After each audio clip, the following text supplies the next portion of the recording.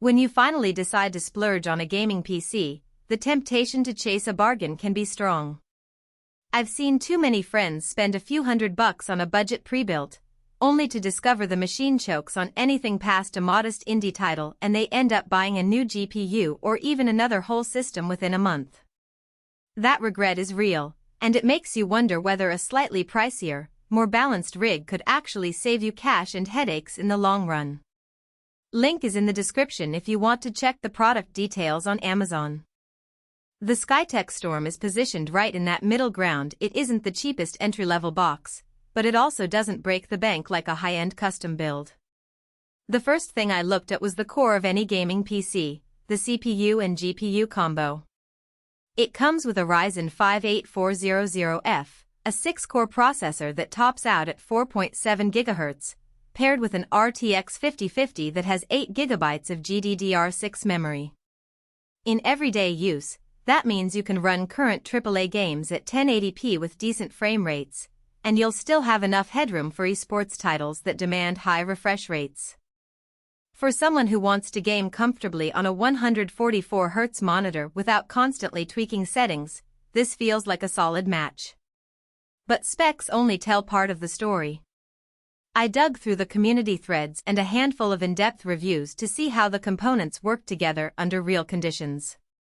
The 1TB NVMe SSD is a standout. Loading times on large open-world games like Elden Ring dropped from minutes to seconds, and the extra space means you won't be forced to juggle installs. The 16 GB of DDR5 RAM, running at 5200 MHz, keeps multitasking smooth. I was able to stream on Twitch, have Discord open, and keep a web browser with several tabs alive without a hiccup. That level of fluidity is something many budget rigs lack, where you either feel the system lag or have to close background apps. One practical strength that often gets glossed over is the inclusion of a high-performance air cooler. Many pre-builts skimp on cooling and end up with noisy fans once the GPU ramps up. The Storm's cooler maintains temperatures in the low 70 SC under load, and the fan curve is tuned so the noise is comparable to a quiet room fan. If you play late into the night, that low-profile noise is a real comfort. Pair this with the 650W gold-rated PSU, and you have a power headroom that should cover future GPU upgrades without needing a full PSU swap. Now, let's talk about the hidden trade-offs.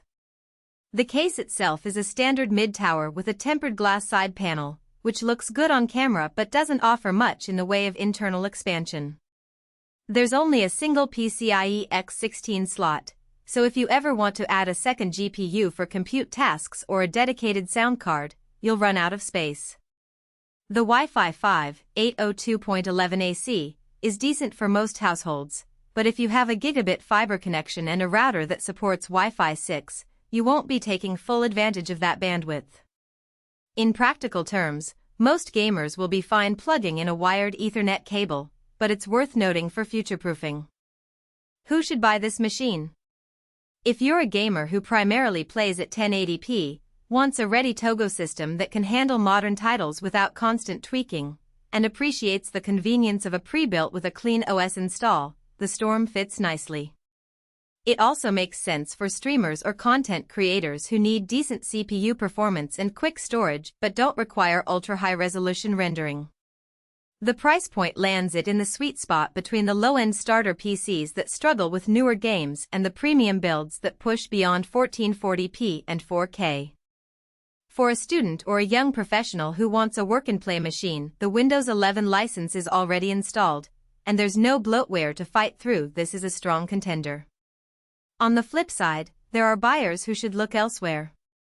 If you're chasing 4K gaming at ultra settings, the RTX 5050, while respectable, will start to bottleneck near the top of those demands. In those scenarios, a higher-tier RTX 4060 or 4070 would be a better match, even if it means spending a bit more. Likewise, if you're a modder or a hardware tinkerer who enjoys swapping out components, the limited internal layout and the single M.2 slot for SSDs could feel restrictive. Finally, anyone who needs a workstation GPU for heavy AI or rendering workloads should consider a machine with a workstation-class graphics card.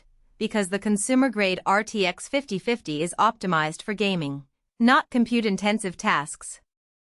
A practical weakness that showed up in several threaded discussions is the lack of USB-C ports on the front panel. The back of the case has a few USB-A ports, but you'll need a hub or an adapter if you have newer peripherals that rely on USB-C. It's a small inconvenience, but it does mean you'll be reaching around the back of the tower more often. Another minor point is the pre-installed Windows 11 system, which is clean, but it does